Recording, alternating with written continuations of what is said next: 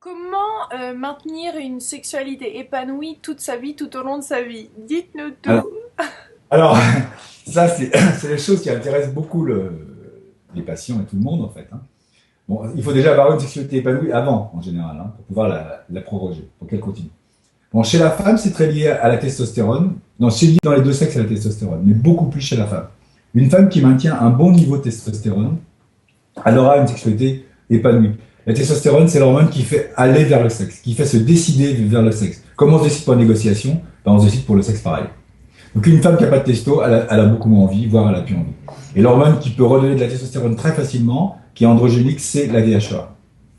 Donc souvent, dès qu'on corrige la DHEA chez la femme, il faut la doser avant, hein, bien sûr. Là, la sexualité, elle redémarre.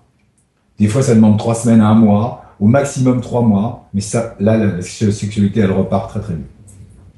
Il n'y a pas que cette hormone-là, il y a d'autres hormones comme la progestérone, qui est l'hormone du calme, de la tendresse. Il y a l'ocytocine, qui est une hormone vraiment qui lie les gens entre eux, qui associe les gens. Donc, par exemple, quand vous faites l'amour avec un partenaire, vous avez l'ocytocine qui monte.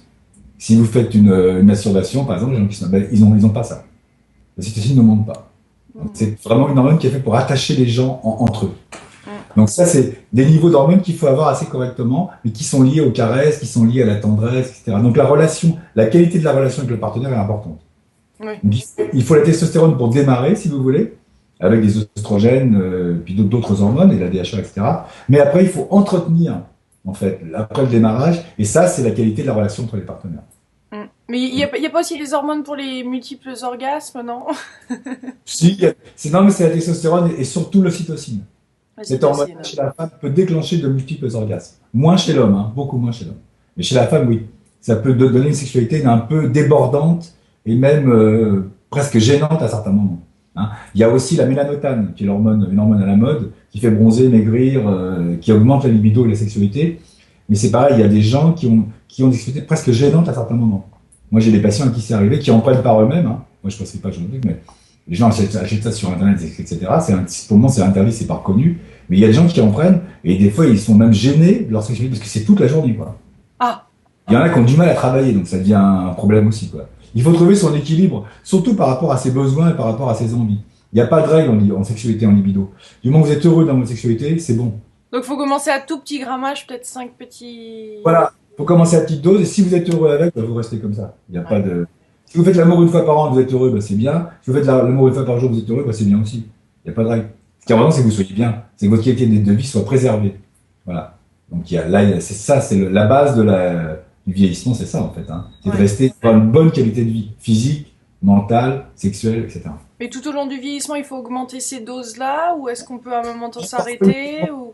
Non, beaucoup de gens, quand ils ont un traitement équilibré, n'ont pas besoin de grosses doses. Ici, ils ont trouvé un style de vie correct, alimentation, sommeil, un peu d'exercice et un petit peu d'hormones, souvent, et des nutriments corrects, sélénium, du zinc, etc., pour se protéger, pour stimuler l'immunité, avoir moins de cancer, de la vitamine D, etc. Souvent, il n'y a pas besoin de grosses doses, hein. Ils n'augmentent pas forcément les doses, non, non. Ils restent à des doses assez faibles, par contre, parce qu'il y a une synergie entre les produits, hein. Ouais. Et pour les Donc, hommes alors, pour avoir chez une l'homme, c'est vraiment sexualité. la testostérone, hein. C'est vraiment l'hormone de la libido chez l'homme. C'est l'hormone du désir, de l'impulsion. C'est l'hormone qui est importante, très importante pour l'érection. Il y a d'autres hormones qui comptent pour l'érection, mais la testostérone est très importante. Donc, un homme qui a des érections, par exemple, nocturnes ou matinales, c'est très bon signe. S'il se réveille en érection 2, 3 fois par semaine, c'est très très bon signe. S'il a plus d'érection matinale, il faut pas trop attendre. Il a 1 an à peu près pour se rattraper. Après, les dégâts sont importants. Il va avoir du mal à redémarrer. Donc ça, faut le dire aux hommes. Ouais, il faut tout de Là, suite réagir, ouais. il faut tout de suite réagir. Voilà. Un homme qui n'a plus d'érection matinale depuis 6 mois, par exemple, là, il faut vraiment qu'il se déplace, qu'il consulte un médecin et qu'il essaie de rattraper ça. S'il attend encore 6 mois, 1 an et demi, c'est trop ça. Enfin, on pourra, mais ça va être beaucoup plus difficile. Mais qui Après, consulte pas seulement un médecin, mais un médecin spécialiste en hormones, hein.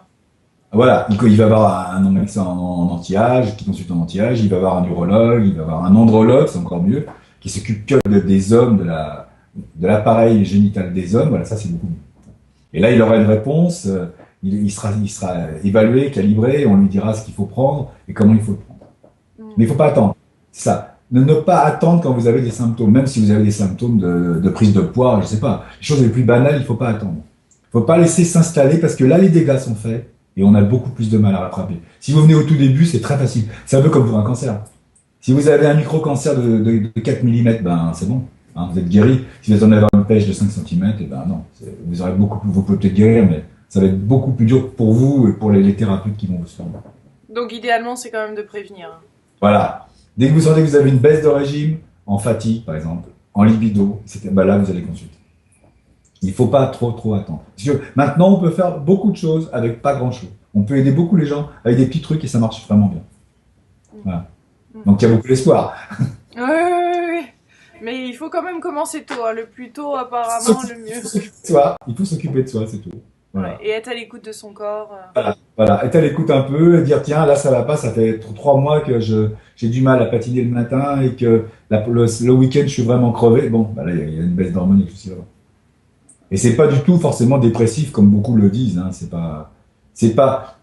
En fait, c'est pas. Il y a des gens dépressifs évidemment, mais il y a aussi beaucoup des baisses de régime qui rendent dépressifs et anxieux. Parce que la personne se dit, ah bah, je vais moins m'adapter, je vais moins pouvoir travailler. Donc ça rend pas bien en fait. On a une espèce de malaise. Et des fois, on attrape quelques hormones, un petit peu de DHEA chez la femme, et il y a plein de choses sans nom. Les gens reprennent le moral, reprennent l'activité, reprennent de l'énergie, de la libido. Ils sont heureux quoi. Alors Ah, justement, par rapport à l'humain.